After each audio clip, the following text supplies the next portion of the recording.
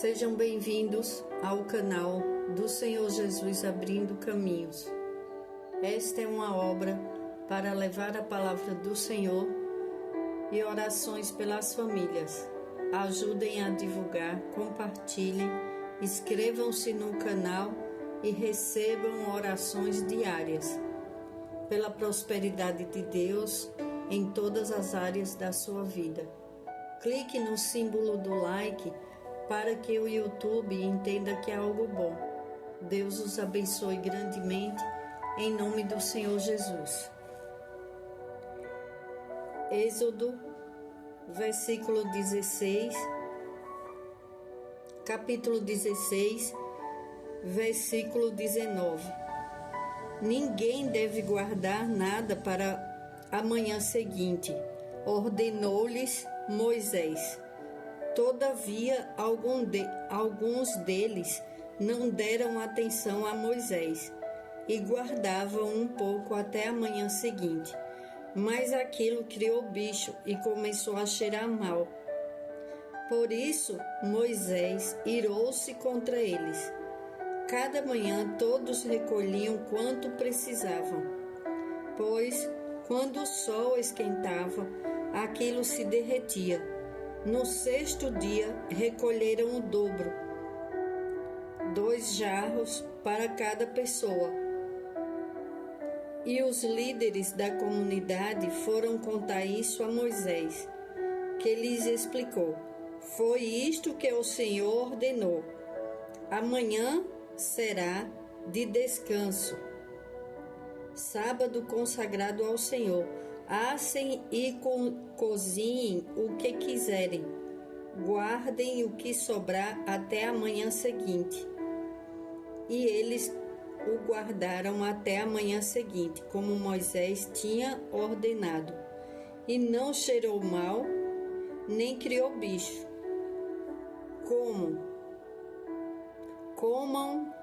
Comam-no hoje, disse Moisés, pois hoje é o sábado do Senhor. Hoje vocês não o encontrarão no terreno. Durante 6 dias vocês podem recolhê-lo, mas no 7º dia, o sábado, nada acharão. Apesar disso, alguns deles saíram no 7º dia para recolhê-lo, mas não encontraram nada.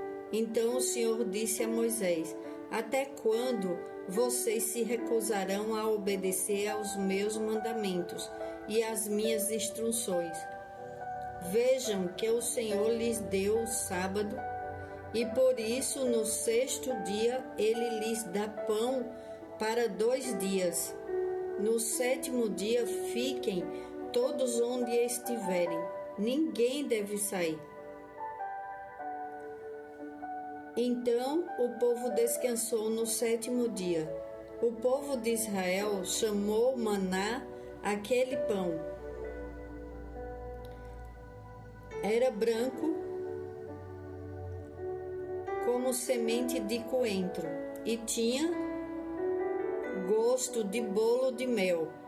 Disse Moisés: o Senhor ordenou-lhes que recolham um jarro de maná e o guardem para as futuras gerações, para que vejam o pão que lhes dei no deserto, quando os tirei do Egito. Então Moisés disse a Arão: ponha maná e coloque-a diante do Senhor, para que seja conservado para as futuras gerações. Em obediência ao que o Senhor tinha ordenado a Moisés, Arão colocou o maná junto às tábuas da aliança para ali ser guardado. Os israelitas comeram maná durante 40 anos, até chegarem a uma terra habitável. Comeram maná até chegarem às fronteiras de Canaã. O jarro é a 10ª parte de uma arroba. Água jorra na rocha. Toda a comunidade de Israel partiu do deserto de Sim, andando de um lugar para o outro, conforme a ordem do Senhor. Acamparam em Refidim, mas lá não havia água para beber. Por essa razão, queixaram-se a Moisés e exigiram: dê-nos água para beber. Ele respondeu: por que se queixam a mim? Porque colocam o Senhor à prova. Mas o povo estava sedento e reclamou a Moisés: por que você nos tirou do Egito? Foi para matar de sede a nós, aos nossos filhos e aos nossos rebanhos? Então Moisés clamou ao Senhor: que farei com este povo? Estão a ponto de apedrejar-me. Respondeu-lhe o Senhor: passe à frente do povo, leve com você algumas autoridades de Israel, tenha na mão a vara com a qual você feriu o Nilo, e vá adiante. Eu estarei à sua espera no alto da rocha, do monte Horebe. Bata na rocha e ela sairá água para o povo beber. Assim fez Moisés à vista das autoridades de Israel, e chamou aquele lugar Massá e Meribá, porque ali os israelitas reclamaram e puseram o Senhor à prova, dizendo: o Senhor está entre nós ou não?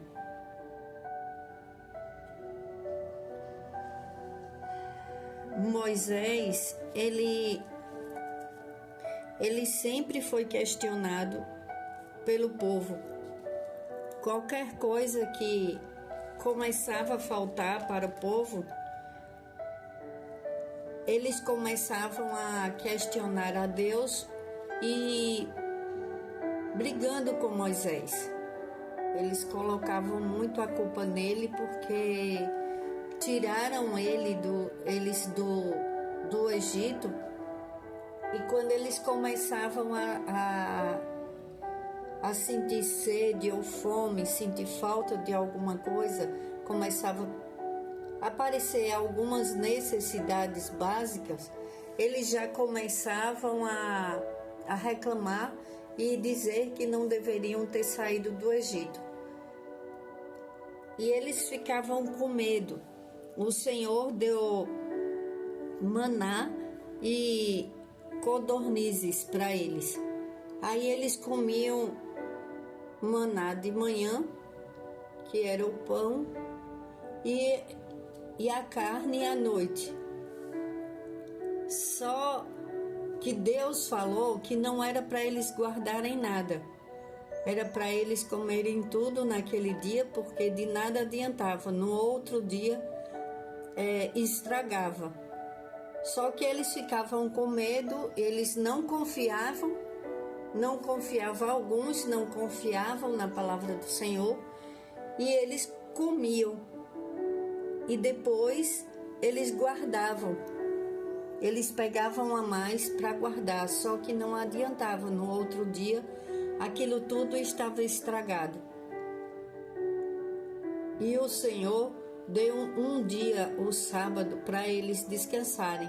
Aí, quando era no sexto dia, Deus falou para Moisés, falar para eles, para o povo, para guardar para 2 dias, que era a sexta e o sábado, para eles não trabalharem no sábado, para eles descansarem.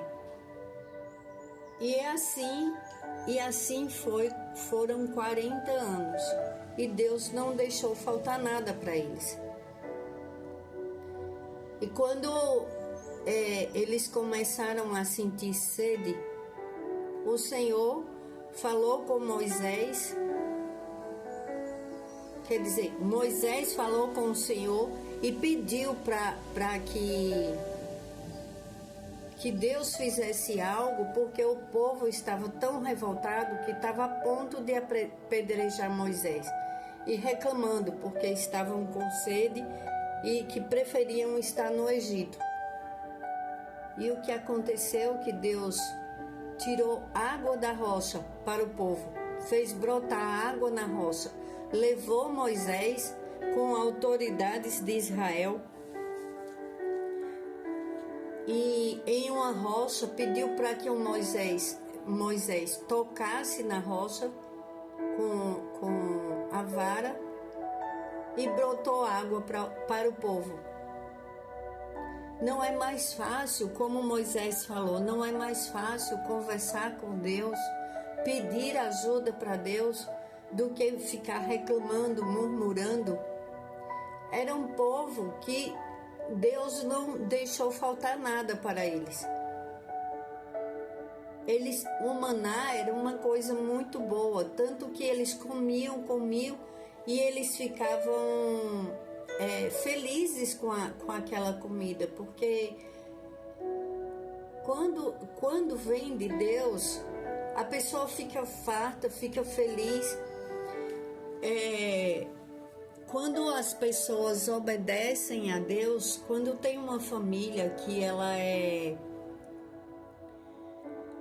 obediente a Deus e Deus abençoa aquela família, tudo que eles fazem dá certo, o alimento deles, eles ficam felizes, eles podem comer a mesma coisa por anos, mas eles têm gratidão, têm saúde, têm paz, têm harmonia, porque tem a presença do Senhor. Quando tem lares que, infelizmente, tem uma fartura, felizmente, né? Tem uma fartura muito grande. As pessoas comem bem, podem comer bem, podem comprar o que for, de vestes, de calçados, de viagens, de alimentos. A casa é farta, mas não se tem paz. Aí quando a pessoa vai comer, parece que aquilo não desce. É angustiante. Quantas pessoas, e não é só para quem pode comprar tudo. Às vezes tem casas que de pessoas que nem o básico direito consegue comprar. Mas quando ela está se alimentando, parece que aquilo não desce, porque a angústia, a tristeza, as brigas, contendas nos lares, a reclamação, falta de amor, falta de perdão, ódio entre as pessoas que moram no mesmo... Às vezes é briga de irmãos, que os pais falam, eu já não aguento mais. Adolescentes, jovens brigando, que não se unem, pai e mãe brigando, aquele lar que ninguém suporta. Às vezes a família tem um carro, aí entram dentro do carro já brigando, se desentendendo, é para levar os filhos no colégio, é para buscar. Então, quando se tem paz, aquilo dá, aquele alimento, ele sustenta. É uma felicidade imensa para uma família poder sentar em uma mesa e comer em paz. Você já ouviu alguém falar, eu queria tanto ter paz na minha casa, eu me sento para comer, mas na hora que eu me sento, aí começam as discussões, começam a falar, a brigar na mesa e passa logo a vontade de comer. Às vezes uma pessoa prepara um almoço de domingo, aquele almoço caprichado, aquele almoço maravilhoso para a família, e as pessoas sentam na mesa e a maioria sai porque começa uma discussão na mesa, é a falta de Deus nessa situação. Quando Deus não está, quando uma família não está buscando a Deus, quando uma família começa esses desentendimentos e essa falta de paz dentro de um lar e começam as reclamações, aquilo se repete, aquilo vai se repetindo. Aí são as brigas naquele lar, aí às vezes um filho daquela família casa e acontece a mesma coisa no lar do filho, começa a contenda com genro, com nora e a outra parte da família, e isso vai contaminando, porque vão as brigas, as fofocas, as insatisfações, levar problemas para o pai e a mãe, que já não era mais para levar, porque já são casados, já tem a sua família, não tem mais que levar problemas para o sogro, a sogra, as reclamações. Aí se torna um ciclo vicioso. Aqueles israelitas, eles já estavam livres, eles foram libertos de uma escravidão. Ao invés deles começarem a reclamar que estavam livres, mas era melhor continuarem sendo escravos, não era melhor eles orarem a Deus, se reunir com Moisés e falar: Moisés, vamos orar a Deus, vamos pedir o que está faltando, porque o povo está com sede e aqui não tem água. Vamos orar ao Senhor, vamos esperar no Senhor. Não, eles já iam brigando e eles já iam reclamando. E Deus não habita na reclamação. Deus não gosta. A reclamação é a murmuração. Isso é murmuração. Tem pessoas que podem ter o que for, elas continuam reclamando. Elas acham que elas acham que elas reclamando e elas brigando entre elas, que elas vão fazer uma mudança na vida delas, que é a base do grito que as coisas vão mudar, que os palavrões, às vezes, nas famílias, prevalecem, porque pai e mãe não respeitam os filhos não respeitam os pais. Não estou falando que isso é em todos os lares, jamais. Feliz é aquele que tem paz no seu lar, tem respeito, porque a gente só adquire o respeito quando nós nos damos ao respeito. Quando você se respeita, você não fala palavrão, as pessoas que estão em volta ficam sem jeito de falar palavrão com você, porque sabe que você não aceita. Se trate bem. Se na sua casa, se alguém que estiver escutando esta oração, se ela já veio de um costume da casa dos pais de falar palavrão, de ouvir palavrão, não fale mais. Aí você fala: ah, mas a minha família já é acostumada a falar. Não fale, comece a mudança por você. Você pode mudar, nós podemos mudar. Temos vários exemplos de pessoas que já mudaram e houve uma transformação enorme na vida dela e na família dela. A transformação, a mudança vem a partir de mim. Eu que tenho que dar o exemplo.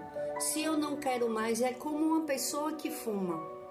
Quando ela para o cigarro, às vezes ela quer brigar com aquele que fuma. Ela não deveria brigar. Ela só deveria dizer assim: eu tenho uma vida maravilhosa hoje. Eu tenho mais saúde, eu tenho mais força. Começar a falar das coisas boas que ela adquiriu a partir daquele momento. Então, quando você começa a dar o seu testemunho e falar para as pessoas: olha, eu comecei a profetizar na minha casa que vai ter paz, bênção do Senhor, que o Espírito Santo de Deus a partir de hoje habita em meu lar, em minha vida, que hoje há transformação a partir de hoje e que eu e minha casa serviremos ao Senhor. Você não imagina o poder que tem essas palavras. Se você esquecer e continuar e falar, quando você lembrar, converse com Deus, fale: meu Deus, sozinho eu não consigo, me ajuda, perdoa-me, Senhor, porque isso realmente não agrada a Deus. Começa a orar, entregar os teus filhos nas mãos de Deus, entregar o teu cônjuge. A maioria das pessoas, eu creio tem união das famílias, buscam a Deus. Hoje em dia, a maioria das pessoas, das famílias, as igrejas são cheias de pessoas em busca do Senhor. Então sabemos que são poucos aqueles que não creem em Deus, que ficam em uma vida que parece que não conheceu a Deus, não existe Deus. E é muito ruim viver uma vida sem conhecer a Deus. Então, para aqueles que não conhecem, para aqueles que não sabem a grande transformação que há na vida da sua família e na sua vida, você que ainda não tem uma intimidade, uma aproximação com Deus, que você acha que é só brigando, é só gritando que você vai conseguir resolver, Deus está tocando no teu coração. Muda a maneira de falar com a tua família. E se tem alguém que bebe, que sai para beber e chega em casa e tira a tua paz, ora a Deus, pede a Deus para te dar paz e Ele vai resolver essa situação. Eu não sei como, mas que vai haver libertação. Tem duas coisas que podem acontecer. Ou a pessoa que bebe, ela vai parar de beber, ou vocês vão cada um para o seu lado. Mas a partir do momento que você começa a pedir paz para Deus, Ele te dá. Eu te garanto que Ele te dá. Cuidado com os pedidos que você faz para Deus, porque quando é um pedido justo, Ele dá. Mas depois, não faça como os israelitas. Eles pediram a libertação, eles pediram o socorro de Deus. Olha o que acontece. Depois que eles ficaram livres daquela escravidão, olha o que aconteceu. Eles ficaram reclamando, eles ficaram murmurando. E uma viagem que era para acontecer em 40 dias, passaram 40 anos por causa da murmuração. Então, às vezes, uma pessoa, uma família, elas têm uma bênção para chegar rápido, mas elas reclamam, elas brigam, elas não se entendem e ainda culpam a Deus, porque acham que Deus socorre todo mundo, mas não socorre elas. Não façam isso. Está indo tudo em contramão ao que Deus quer para a sua vida. Deus ama todos os seus filhos. Se pegue com Deus, converse com Deus. Ah, mas eu não aguento porque vem o outro e começa a discutir comigo. E se eu não falar, ele fala, saia de perto. Ninguém chega a lugar algum com discussões, com brigas. Ore a Deus. Às vezes o casal se começa a se estranhar por causa de inveja. Às vezes é um casal, é uma família que vive bem e de repente, do nada, começa um a brigar com o outro, implicar com o outro. Um não sente vontade de ir para casa, está no trabalho e já está pensando, chegou a hora de ir para casa, eu não gostaria de ir para casa, que não se sente bem mais em casa, começa a se afastar do esposo, ou é o esposo que começa a se afastar da esposa, e eles viviam bem, eles se amam, mas é um esfriamento. O nome disso é inveja. Quando tem uma família que se ama e vivem uma vida normal, e começa a se estranhar e de repente tudo que um faz para agradar, o outro não suporta, isso é inveja.